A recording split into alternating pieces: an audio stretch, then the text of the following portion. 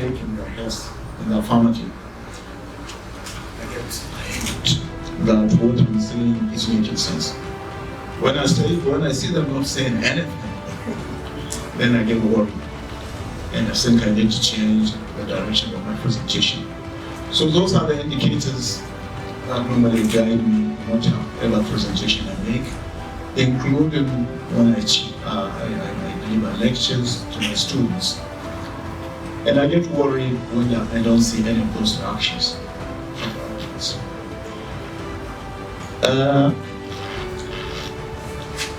It is a pleasure to be here, to interact with you, answer your questions closely. But I think it is important to give progress on what the NCC is doing. Two technologies, ladies and gentlemen, are affecting profoundly the lives of more than 10 billion people in the world. Mobile communications and internet. These two technologies were developing in parallel, but there is convergence now. When you are mobile phone, you have those two technologies in one. The smartphone, social media, and mobile applications, ladies and gentlemen, are changing lifestyles. They are changing the way we behave, bringing empowerment to large parts of the world, including Nigerian students. And I think the NCC has been mandated, courtesy of the Act establishing it, to drive the deployment of this important technology. Mobile and internet now combined, a convergent technology. And our aim, ladies and gentlemen, is to be able to generate that critical mass of ICT adoption and use. We can only do this, and I'm glad that Director of Human Capital and NCC seated, by putting in place literary trainings, digital literacy training that will sensitize Nigerians about the relevance, usefulness, and if you like, the importance of information and communications technology. Without this literacy, very, very important literacy initiative of the NCC, there is no way Nigerians will be fully sensitized to the capacity of information and communications technology to be able to do things better, more effectively, and efficiently, including doing those things which hitherto were not possible. And then we need to also make sure we put in place regulations that will protect the users. This is very, very important. And without jumping the gun to go on talking about financial inclusion and enhancing mobile money service in the country, these are the same thing. These three things, not four, are what we need to do. And I need to add the third one. The third one is ensuring we have access and connectivity to telecommunication services. 3 things, not 4. So, what is then the situation in the telecommunications sector as I'm talking to you now? I know a lot of you will be interested to hear about the progress we are making in implementing our 8-point agenda. And that will be the starting point of my discourse. Remember, the first item is facilitating broadband penetration. And we know why. We want to ensure broadband is ubiquitous, meaning broadband is available everywhere and is accessible at the same time. This accessibility should be at affordable rates. I must say we have not made, good progress from when we hit 21%, because we were only at 22%. It's at September 2017. 22%. This is not according to the NCC, no. Whenever we give figures, we normally quote credible sources, some of which are international. And the 22% as at September 2017 was given by the ITU, UNESCO Broadband Commission for Sustainable Development. Going by the population of the country, which has been placed, I think, recently at 198. Yes, you can compute what is 22% of 198, and you can have this percentage in real figures, population figures. And you'll have around 45 to 50 million Nigerians having access to broadband services. But we need to define what are these broadband services. Because Nigerians would like to know when we say there is accessibility to broadband services. Because access, the network, telecommunications network, is not, a means of just something you connect. As I said, there's a reason why we try to connect. It is a source of data-driven innovation. And when we talk of innovations, we're talking about applications. These are, of course, supposed to be linked with local incentives. Okay? And that is where broadband has the profound effect of socially and economically transforming societies. Nigeria is not an exception. So, why do we say accessibility broadband is pertinent to social and economic transformation? It's because this accessibility must be at the right speed. And we're talking here, according to the National Broadband Plan, a speed of 1.5 megabits per second, not megabytes. Megabytes is a megabyte 8 times the number of bits. It's what constitutes a megabyte. So megabits per second.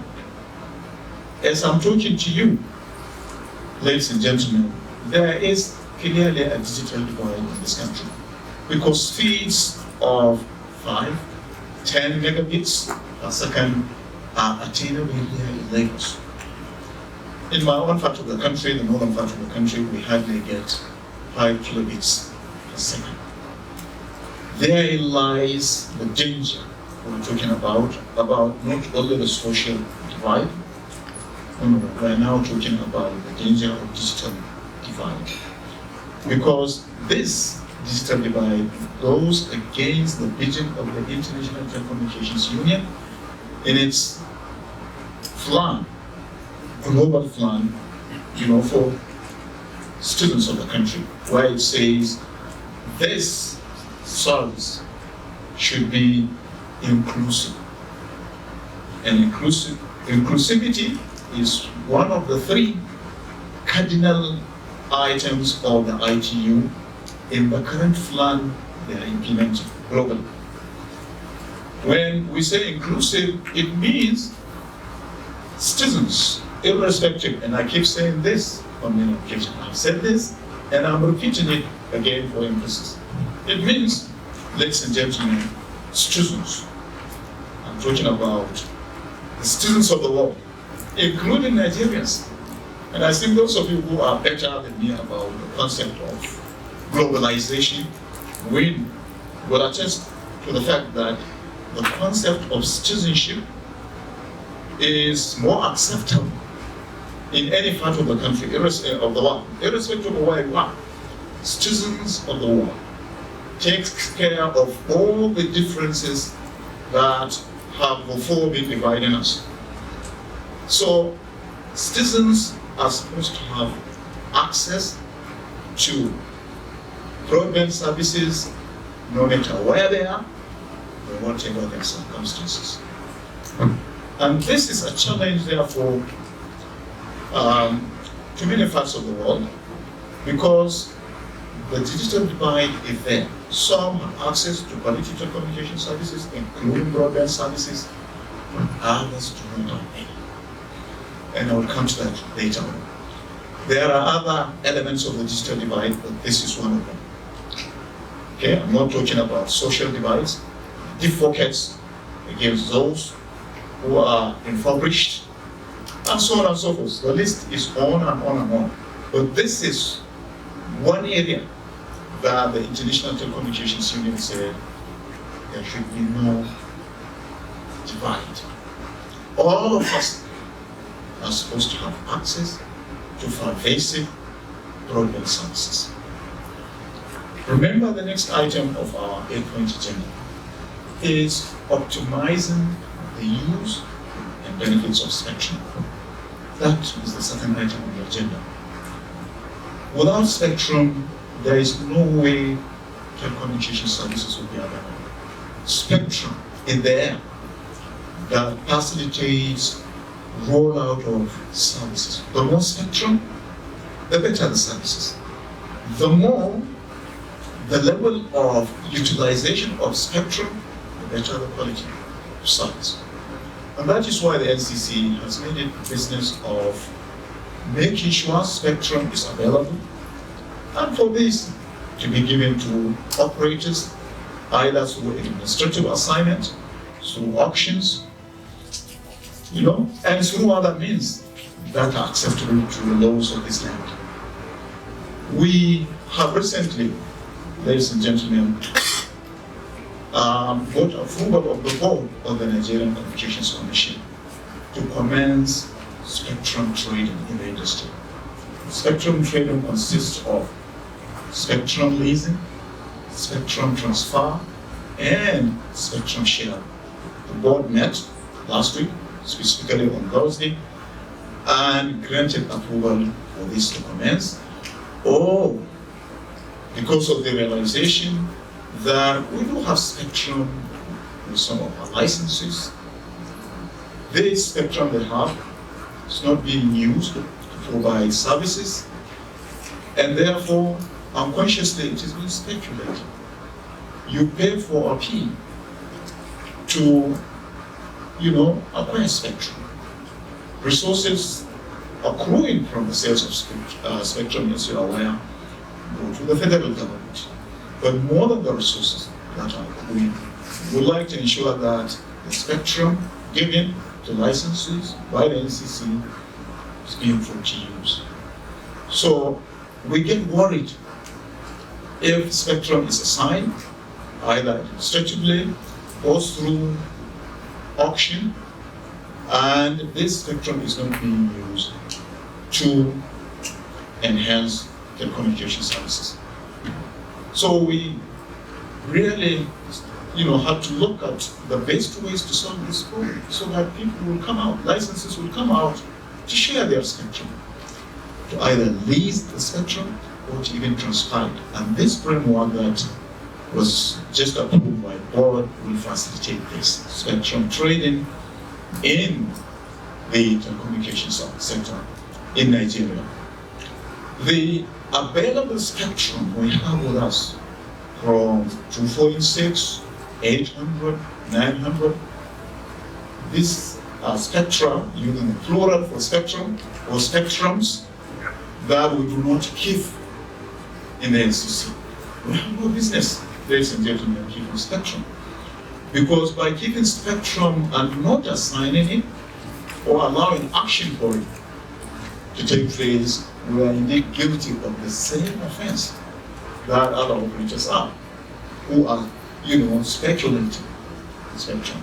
And the regulator will be the last entity, to join in this, sharp practice. So we equally reform the broad spectrum we have, because the spectrum has, a certain range, from the lowest to the highest, And from time to time, the Department of Spectrum Administration in the Commission takes a hard look at this spectrum map, computer map, okay? And the whole idea of looking or taking a hard look at this map is to identify areas where we can free up more spectrum.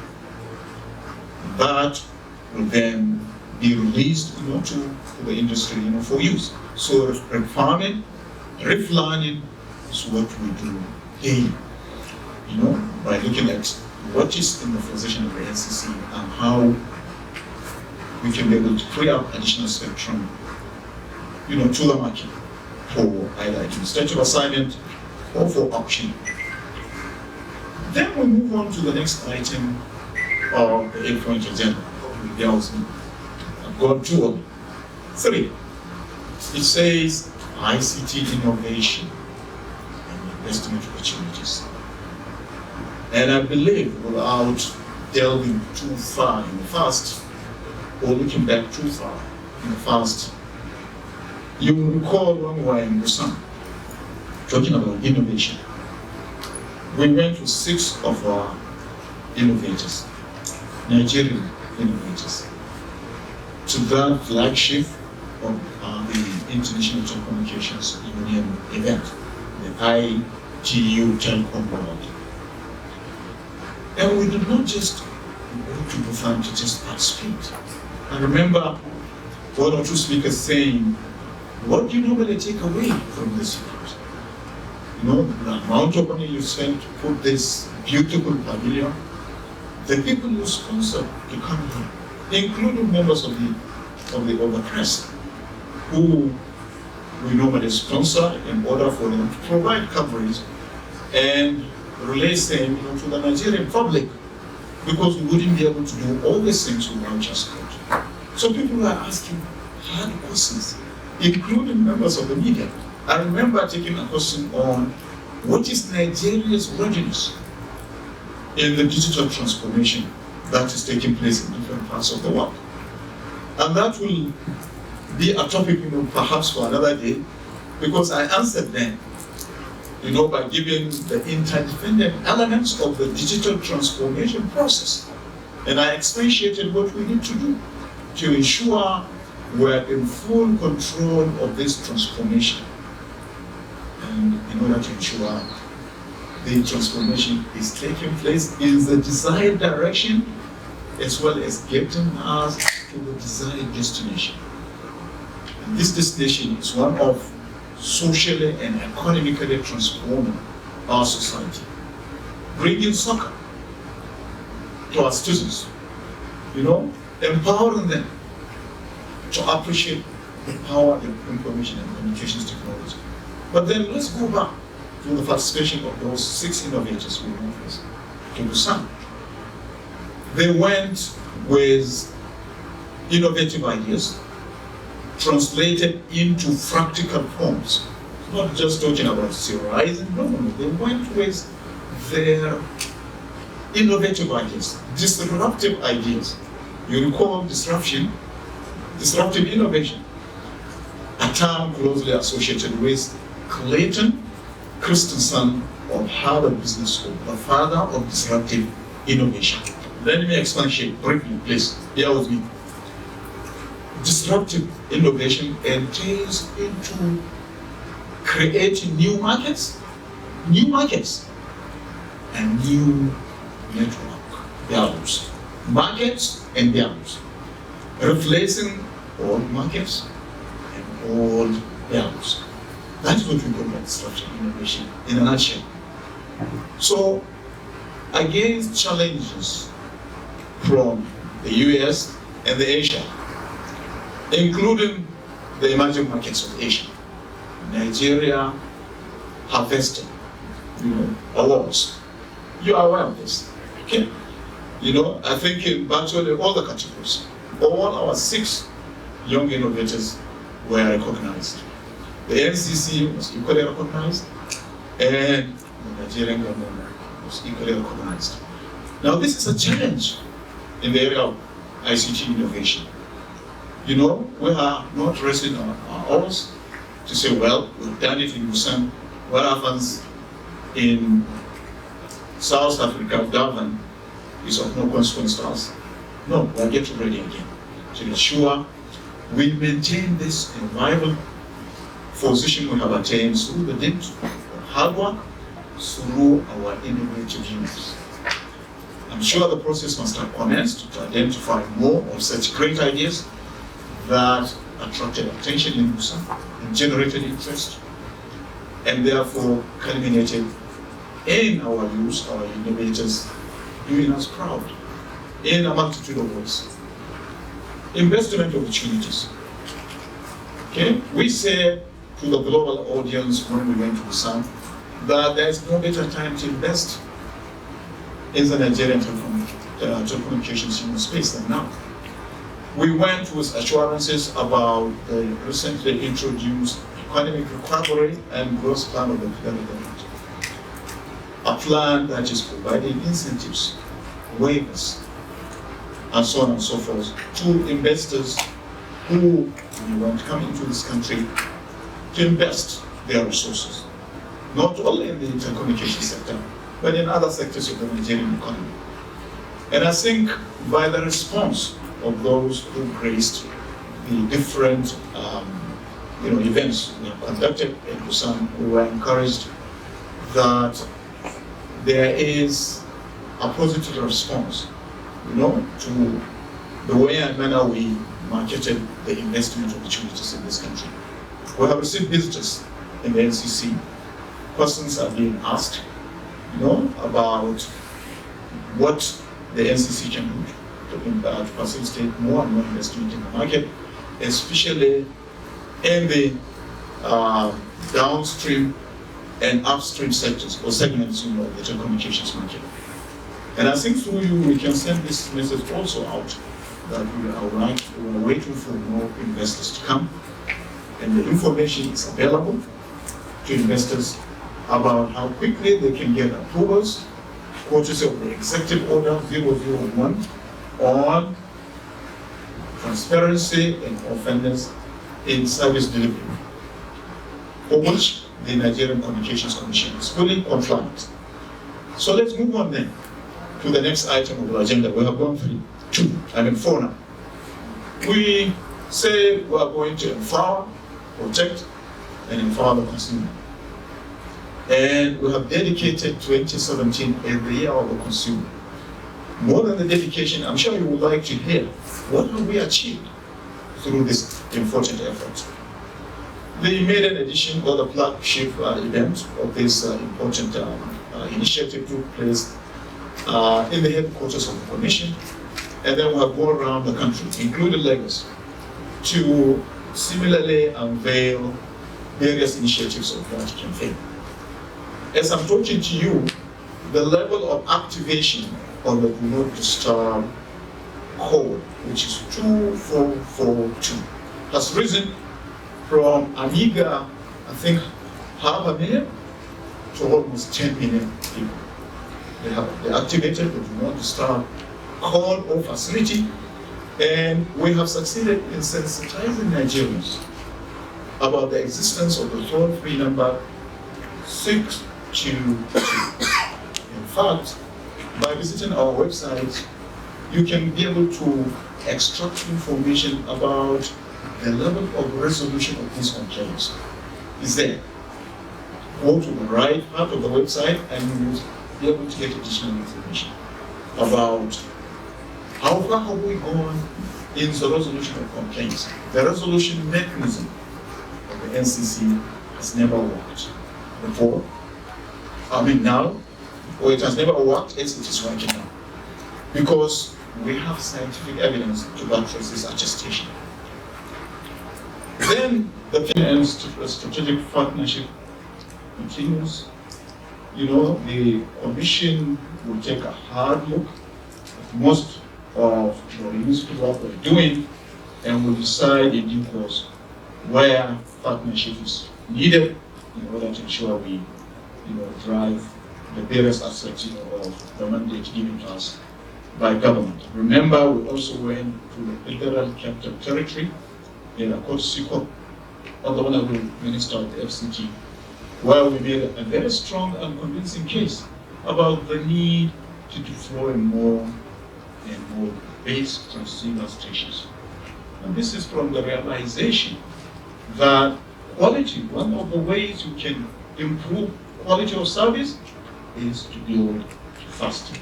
Capacity in terms of more spectrum, and capacity in terms of deployment of more infrastructure. But there is no way we can be able to deploy more and more infrastructure with challenges of right of way in various parts of the country. And we have such challenges indeed in the federal territory.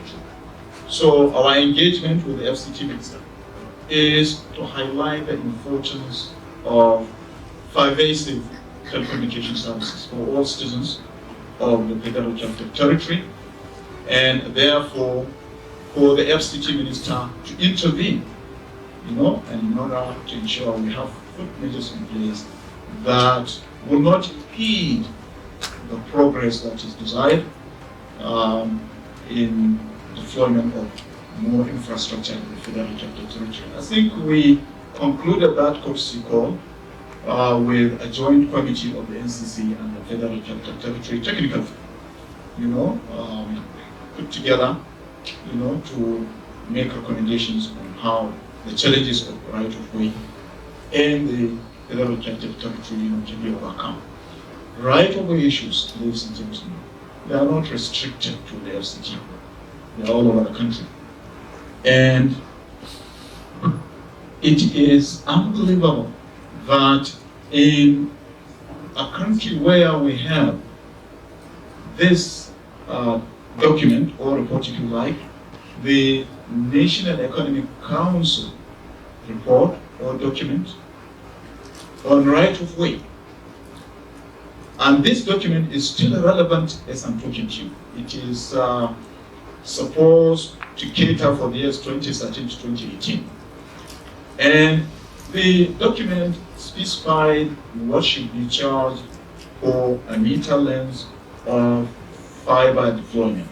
Plus about 20 naira for maintenance. I think the amount is supposed to be 145 naira only per meter length of fiber. But then, to our surprise, telecommunications companies are subjected to different taxes in the region of between 5,000 and 6,000 naira, 7,000 naira, by state governments, in some instances, even local governments. And this is really conspiring to, sort of derail the effort we're making to deploy more and more infrastructure. And in perspective of this challenge, we need to appreciate that recently the Commission has completed licensing of 4 more infrastructure service providers, infracos, we call them for short. I think this will have done in the second phase for the south, southwest, south, and southeast in the southern part of the country. Northwest, and I think, yes, northwest in the northern part of the country. Prior to this, in the first phase of the licensing of infracos called the main one, Nigerian Limited, was licensed by the Commission to deploy fiber in Lagos, which was given the status of a zone for the purpose of infrastructure deployment because of the strategic and commercial importance of Lagos. And I think the North Central Zone was assigned to iConnect, a subsidiary of IHS. iConnect surrendered the license recently, requesting that they would prefer a national license. And the infraco license is indeed a national license. The only thing, it is restricted to a particular zone of the country. We are averse to giving a national license for infrastructure deployment, because it will make nonsense of the provision for infrastructure deployment in the National Broadband Plan, where the whole concept of the open access model was articulated very well, and it says the country has been divided into 7 zones. To give a national license will amount to a breach of the important stipulation of the National Development Plan. So very soon we are going to advertise for interested entities to apply for the license, infrastructure license for the North Central Zone. But the 6 are fully licensed now, and I think the 4 licensed in the second phase are waiting to collect their licenses. The 2 or 1 in the first phase, I think, is waiting for conclusion of subsidy agreement. Remember, ladies and gentlemen, because of the capital-intensive nature of infrastructure deployment, the NCC deliberately decided to make the license cheap, 2.5 billion naira only, and then provided subsidy upon attainment of milestones in the attainment, in the deployment of fiber. So I think we are talking with M1 on, the subsidy agreement that we need to sign with them in order to fast track this important project for the country. A related development that you need to hear is that many of you should know that there is an industrial policy and competitiveness advisory council. And this council has a subcommittee on infrastructure. And the council recently introduced their own, policy document. And they came to the NCC to talk about how this policy they have can be implemented. So you can see, as the NCC is busy trying to implement policies in the National Broadband Fund, we have a sister agency of government, a ministry for that matter, introducing a federal policy that will further enhance deployment of infrastructure. And the good thing is, this policy, the competitiveness policy, is relying on our licensees for the main one, broad-based, phase 3, and I think the third one is, I'll remember the first one. Anyway, so our licenses are involved. The whole idea is to deploy an additional 18,000 kilometers of fiber to the existing 38,000 kilometers of fiber in the country. Remember, what we need in this country to make broadband services pervasive is 120,000 kilometers of fiber. So, we are talking to the Presidential Advisory Council in order to see how we can be able to put heads together to ensure the deployment of that additional 18,000 kilometers of fiber takes place in good time, because the whole idea is to enhance the competitiveness, industrial competitiveness of the country, resulting in improvement of contributions to the GDP of about 50% every year, which the cumulative contribution to GDP will be 250%. That is the target they've set for themselves, with the NCC collaborating with the Council, which is an initiative, I think, of the Ministry of Trade and Investment of the Nigerian government. Now, talking about, there's an issue I forgot. Okay, I gave you the names of 3 of the licenses so far. I think there's a post one. Okay, phase 3, IHS, broad-based, and I think main one, 4. Okay, remember, these are all our licenses, and we have given them the go-ahead to participate actively in this important exercise that will result in more fiber deployment in the country, and therefore better and more qualitative services to Nigerians, as well as we should not lose aside that this will indeed give Nigeria the competitive edge that is necessary and needed to attract investment and investors into the country. So let's move on then. I think I'm making steady progress. I don't know how long I have gone, whether I've gone 7. 7. Okay, then the 8th one, the 8th item of my agenda is enhancing regulatory excellence, operational efficiency. And maybe I would allow the head human capital so that, I do not say all, especially when we interact. Remember, some of them will be invited to please assist the NEC in providing figures that will stand your scrutiny, okay? Because these are easily verifiable. And so this important narrative I have put across is captured. Yes, I didn't want to read the speech without looking at you. They say by looking at each other when you talk, some people can be able to say, well, whether he's really saying it, whether he's saying the truth, or being equanimous with the truth. Especially when you keep blinking, intermittently between what you're saying. I don't think I have blinked much. So let me conclude by going to the end of this presentation. I know you'll be asking me about Nine Mobile. I'll be ready for you. I'm not going to talk about that one.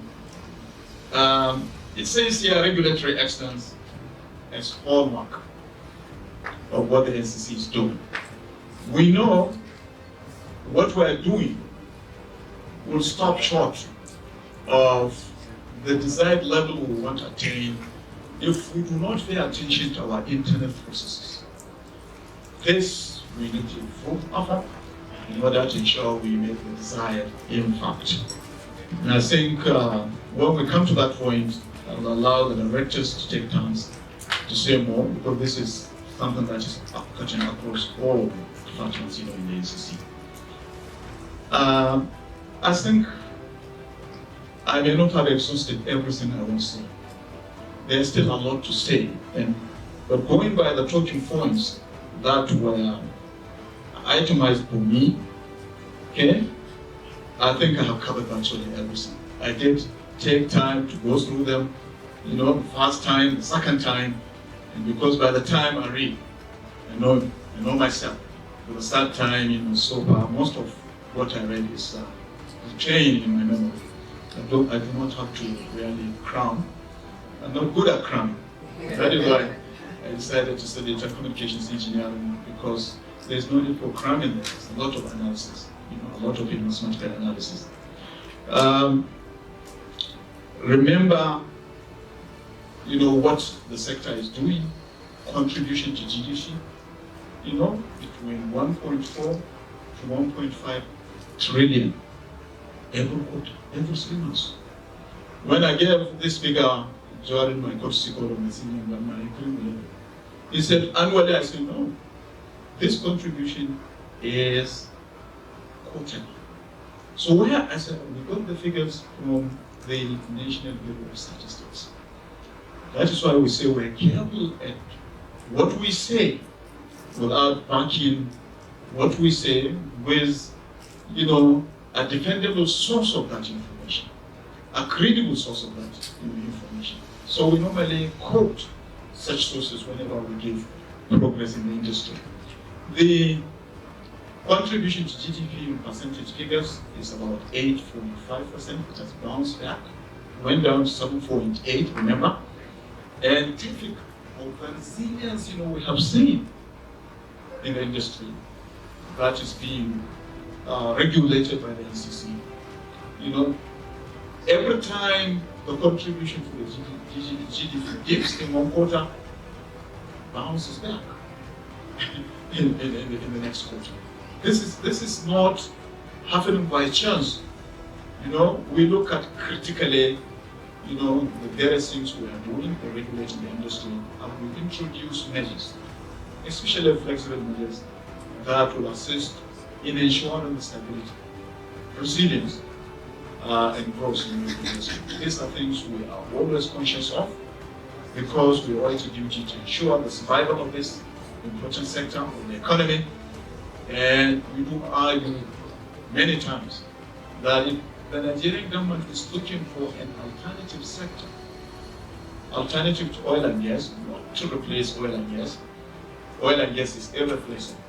If we're looking for a way to diversify the economy by looking at other sectors of the economy, then the telecommunications sector deserves the government's attention, the right policies in place, the right conditions, access to foreign exchange to telecommunications companies, other efforts that must be aimed at relaxation of maybe import duties, other incentives to telecommunication companies, always looking critically at the issue of right of way, because the telecommunication companies are really okay.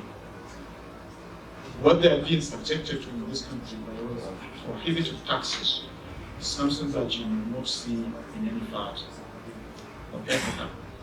In the world-renowned regulatory agency, I think there is need for the cooperation of all members of the media, other sectors of the economy, as well as Nigerians in general, to ensure we act together in a way and manner that will ensure the survival of the telecommunications sector and sustain the contribution, the remarkable contribution it is making and transforming our lives in a multitude of ways. I would like to thank you very much for listening.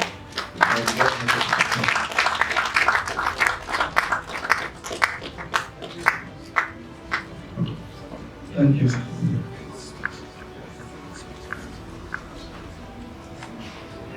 Thank you very much.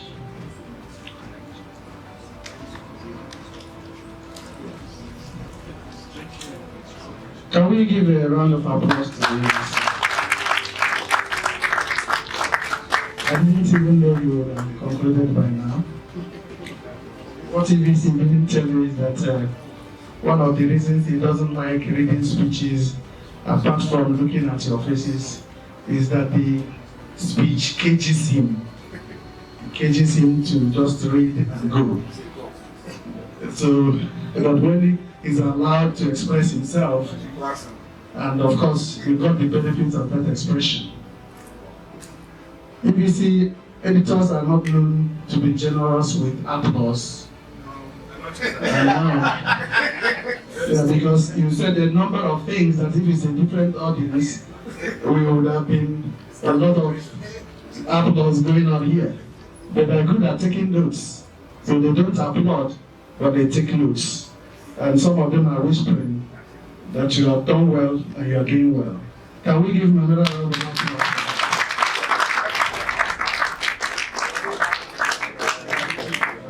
Thank you. Okay, now is question time, proper interaction, because all the members of the high table will be able to chip in one or two things as a member or members of the team that is making it happen. So we would like to ask you to introduce yourselves. If you want to ask a question, introduce yourself. Then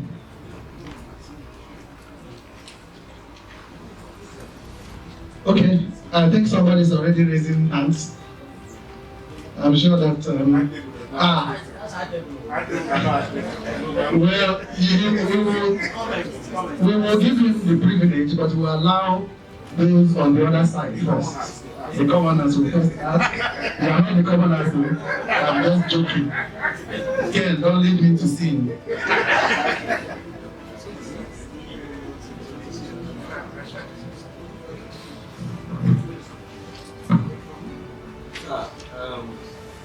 My name is Amici. I work for the Sun newspaper. One of the questions that I want to ask is the fact that we've been hearing about MTN listing on the stock exchange, and the listing, that proposal seems to be without end at infinitum. What is holding it? Is it from the regulatory side, from their side? Are you not giving it the opportunity? Because for the years, it's for the past 2 years that they are coming to list. Up to now, we have not really seen it. Secondly, at the point we heard that there's a proposal to make ICT in infrastructures, to make them to get a law to have them listed as critical national infrastructure. One wants to know the progress you have made in that regard. Again, the issue of population. Recently we had, it may not be on your from you directly, but with your knowledge of the ICT, what actually can we trust this figure, or do you think that we should subject it to more scrutiny? Which figure is that? 198.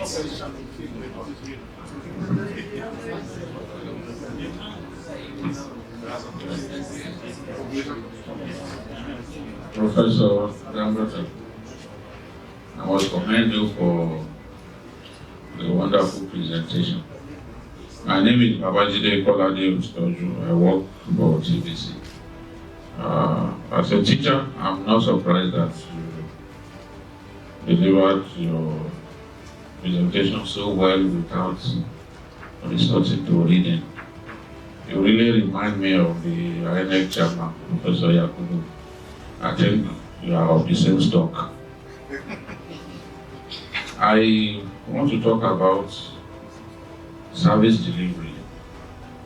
The quality of service delivery of the telcos is extremely poor at this time. You can hardly make a 5-minute call that won't be disrupted. Sometimes within 60 seconds, you could have a disruption or more. So I wonder what the LCC is doing.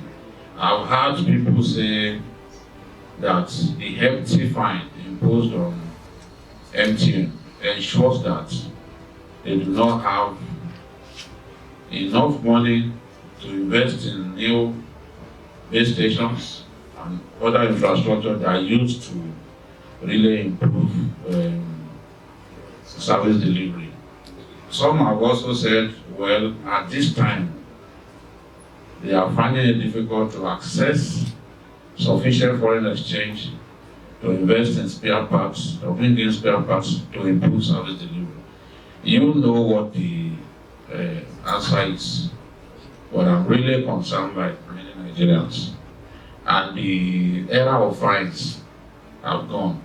So we really do not know what the NCC does to kind of stimulate better service delivery on the part of these telcos.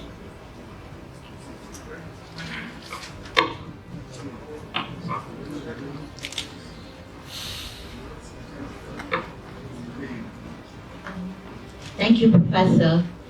My first question is a follow-up from the last interview I had with you in Kano, where you mentioned that you were putting in place my name is Yinka Ibukun from Bloomberg News. When you said that you were putting in place financial checks on operators in the aftermath of what happened with 9 Mobile, you said that a report would be published. If you could update us on what you found.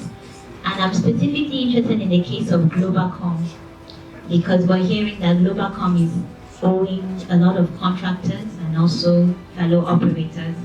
So anything in that regard would be very interesting to us.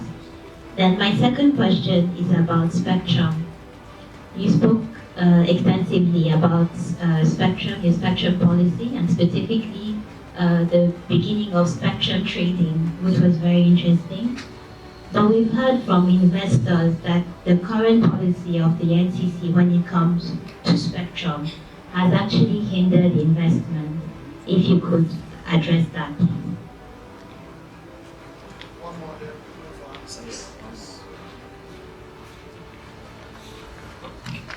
My name is Steve Obankele, business here. My question is in respect of mobile money. We've been discussing mobile money for so long, and I know that the NCC and the CBN are working something out, but what is the challenge? The traction is not there. just like every person in Kenya and all that. So what is the major challenge we are not getting this right? Thank you. Okay, sir. We will take these questions and then come back to the audience.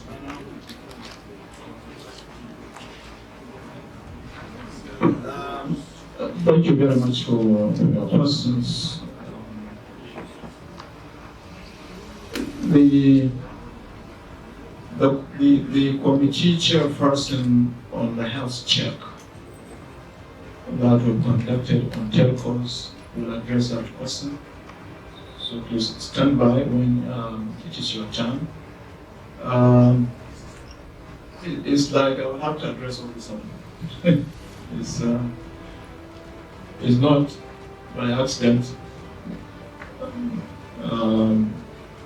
but I wouldn't say it is equally deliberate because you wouldn't know what person should come under what department. MTN listed on the stock exchange. You recall we had an agreement, we reached an agreement with MTN, according to which the fine they are paying should be paid, and listing on the stock exchange was a part of the agreement reached. The information I have is MTN is going ahead to list this year. And I think the media should be asking questions. The questions should be going to MTN to find out what progress they are making, because that will assist the NCC. If we give, trail of whatever progress they are making in the implementation of that important component of the agreement. But the answer to this question is yes, they are listing. This year will be the year they will list. If they don't, then we're not going to wait until the year runs out.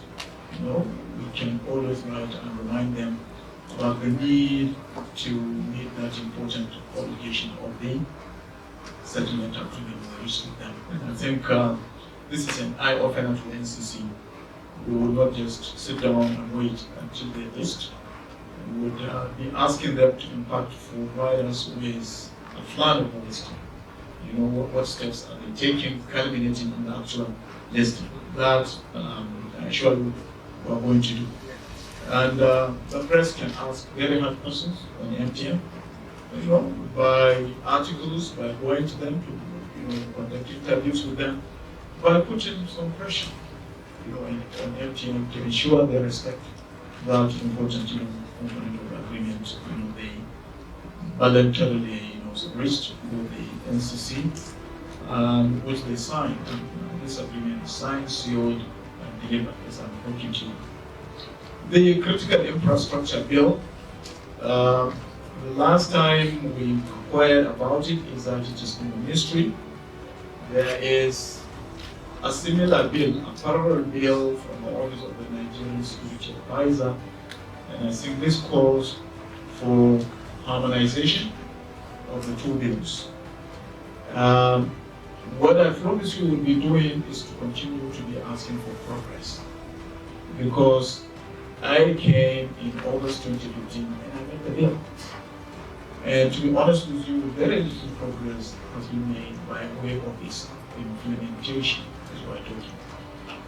And this is a bill that will protect the critical infrastructure that has been deployed to provide telecommunication services to Nigerians, for which huge investments have been made to provide the infrastructure. And if this infrastructure is being subjected to unwanted destruction, times unintended, other times unintended destructions through road constructions, and so on and so forth, then we are setting ourselves there. If we want to deploy more, the infrastructure that has been deployed already is really suffering all kinds of degradation, road constructions, willful destruction, and so on and so forth. And the bill, in the first place, was, the issue of the bill was brought up in order to curtail this menace of destruction of infrastructure, telecoms infrastructure in the country. And I think more progress, I agree with you, is designed towards ensuring the bill has become law. So much time has gone without it, really being requested by the National Assembly, if I'm not mistaken. The 198 million population given by the Population Commission, the Nigerian Population Commission, I don't want to do any issues with an agency of government by doubting the credibility of the figures they gave. I wouldn't want, when I give my own statistics, of the National Population Commission to cast any doubt remotely about the authenticity of what the NCC is giving to the Nigerian public. But to back what the Nigerian population figure is, I think the International Telecommunications Union equally use a similar figure for computation of statistics they normally give from time to time. So I think it would be more appropriate if members of the media would find the time to pass this important question to the Nigerian Population Commission, an important agency of government mandated to be looking into the issue of population in the country, including from time to time giving the figures as they did in this case. And I'm sure there are many methods without conducting the census that you can do projections. Okay, there are ways, gross rate, and so on and so forth. Scientifically proven methods of projections of population growth. I'm sure must have been brought to here to arrive at this figure. I don't have any doubt. Quality of service, I agree with you, and thank you for helping out. Scarcity of foreign exchange.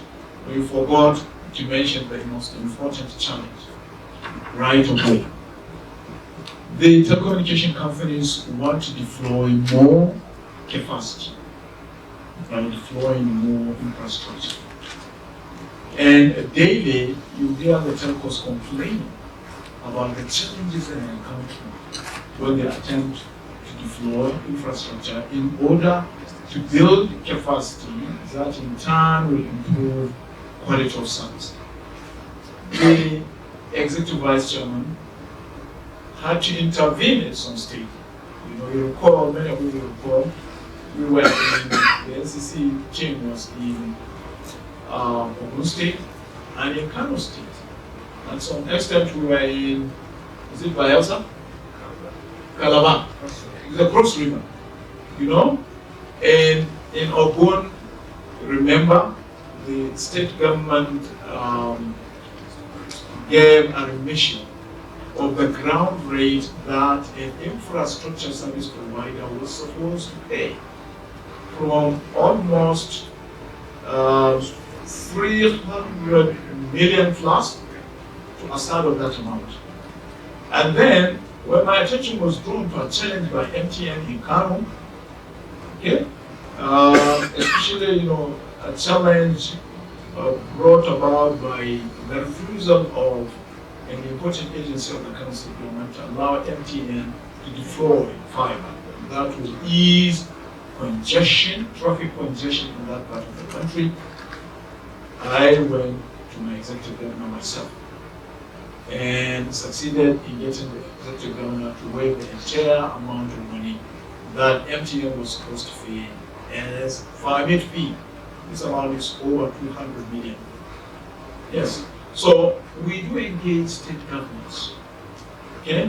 We go around, especially in situations where our attention is drawn by the telecoms. That this is the challenge we are having. I think Glo did the same in Kano State when they meet a similar challenges that MTN had to contend with. And then being a Kano man, they quickly reached me.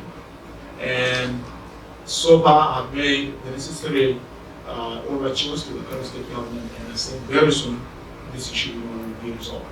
So in our small ways, we get involved in addressing right-of-way issues all over the country. But the only measure that will adequately address this issue is to either adhere to the provisions of the NAC report or to do a review of the provisions, of that report.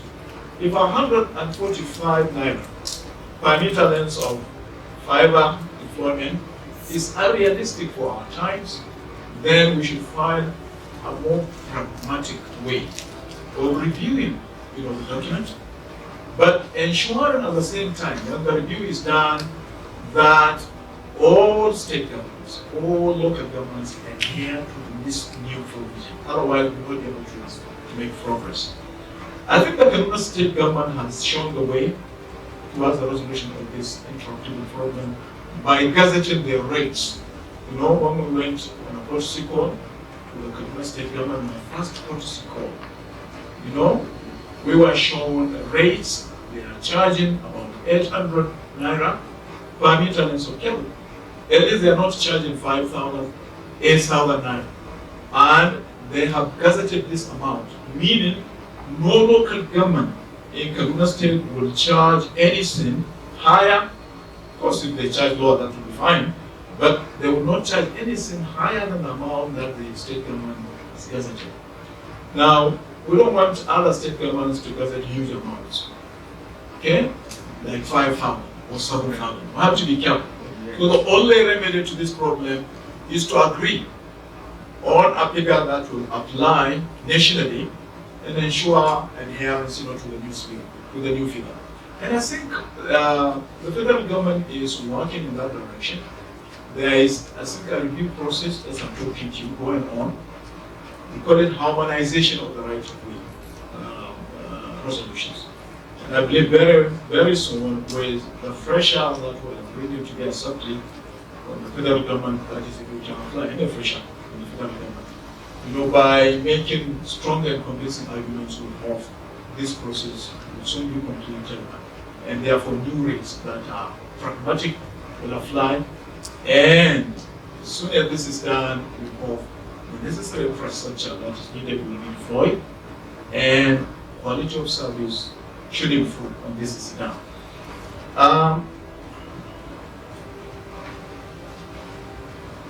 Okay. Remember, the NCC has the capacity to measure quality of service. We know the parameters that characterize quality of service. The key, we call them performance indicators. Even last week, a presentation was made to the board out of the same concern you have expressed here. And you won't believe this. When we talk about call success or call setup success rate, which is supposed to be 98%, meaning only 2 out of 100 calls should not be successful. We calculated that 2% as a fraction of 198 million people amounted to more than 2 million people. And if you are lucky, you are in that part of the country where this 2 million is, you will experience, this phenomenon. Which does not mean that other 98%, are not enjoying successful calls. Okay? So we need to situate the problem in where is it happening in the country, and then we target our corrective measure to that particular part of the country. So every time we hear about drop calls, we normally ask where? By which operator? Because we have the capacity to identify the operator. We know their performances in terms of these key performance indicators, and we can take regulatory measures against them if we discover the KPIs are not of the stipulated standard, and therefore we insist that they must improve. If they don't, we can even resort to fining the telco.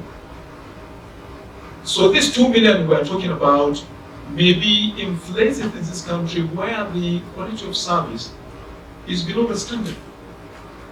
Many a times the experience is anecdotal. We respect consumer experiences. When they say this is what they are experiencing, we take a hard look at where this is happening, and we direct our corrective measure to locations where the quality of service is deteriorating. even though the consumers may not have the capacity to scientifically measure. But we go quickly and measure. We have daily reports on the quality of service. We know what is happening.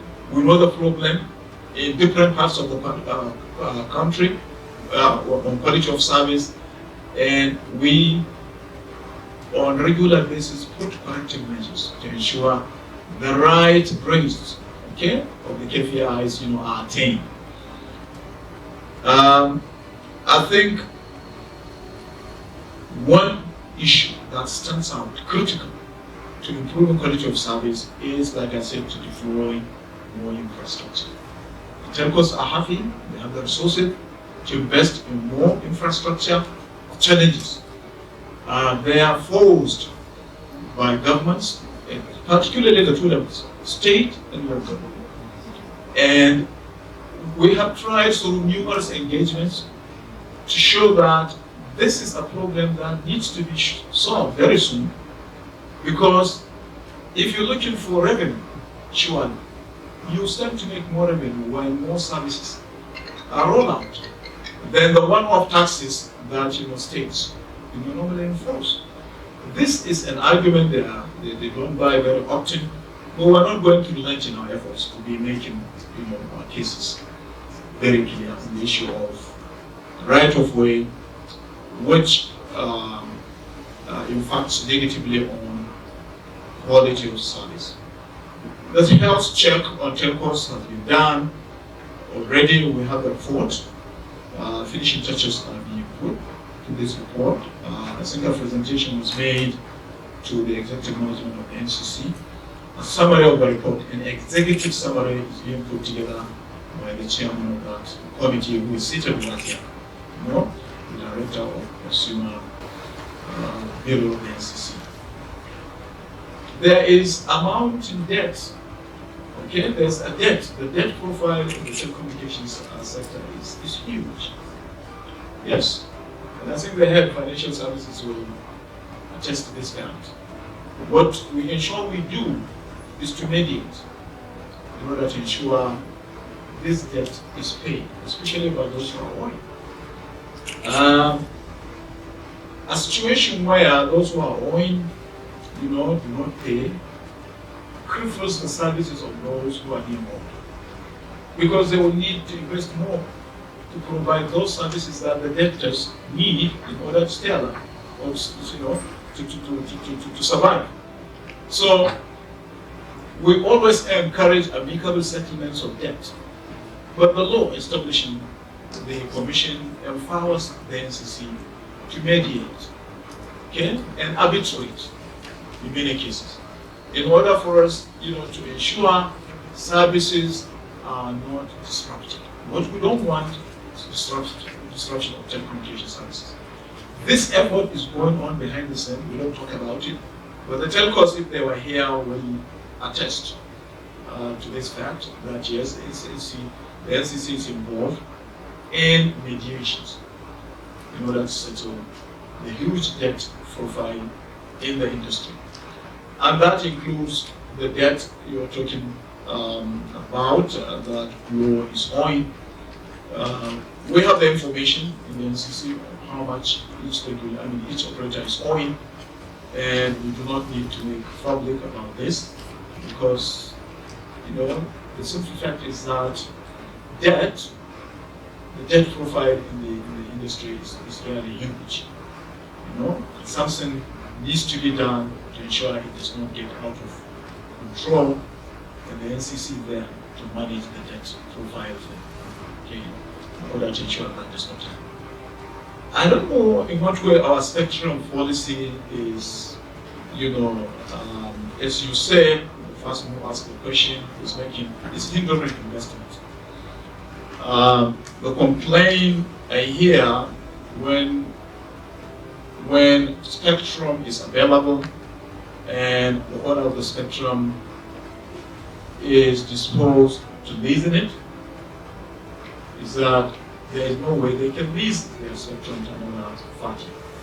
They cannot transfer the spectrum. They cannot share the spectrum. If this person was asked before the introduction of the spectrum trading framework, then I would agree that the NCC is too rigid to allow spectrum leasing, sharing, or transfer. Not now. This is all possible.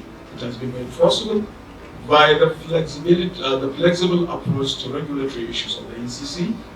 And I think the investors will be very, very happy to hear this important piece of information that spectrum trading has been approved by the board of the Nigerian Communications Commission at its last sitting, previous sitting, on Thursday last week to be specific. Mobile money. The challenge of this service is that in Nigeria, this service is bank driven. The banks are the ones driving money mobile service. On the one hand. On the other hand, the banks do not possess the capacity in terms of infrastructure to drive this service. The same thing applies to financial inclusion. The telecommunication companies have the infrastructure, okay? And they are the ones best suited to drive mobile money service as well as financial inclusion, especially the financial inclusion strategy of the federal government. The banks don't want to let go, but how can they drive this important initiative when they rely on the telecommunication companies? They are leveraging the infrastructure of telecommunication companies for their operations. Okay? They don't invest in any infrastructure except for the towers you see normally in banking premises. Okay? That's all. That is the only infrastructure you see. We were talking about how this important service can be extended to all Nigerians, even in rural communities. Okay? And only the telecommunications companies have the capacity to do this.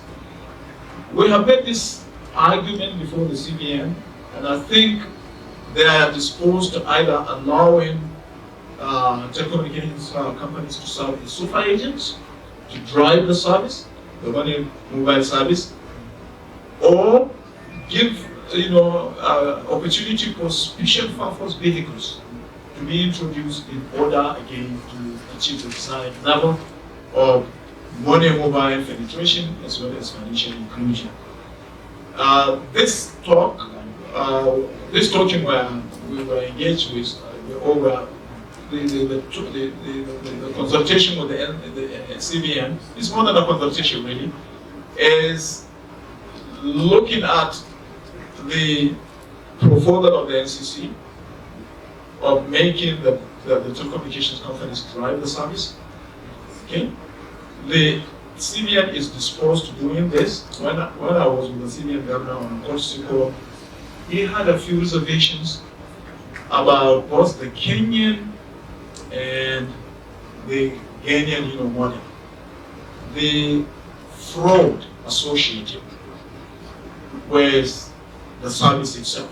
And I remember Queen Maxima, when she came to Nigeria, drawing our attention to what we should do. You remember the UN Special Ambassador? Yeah. Exactly.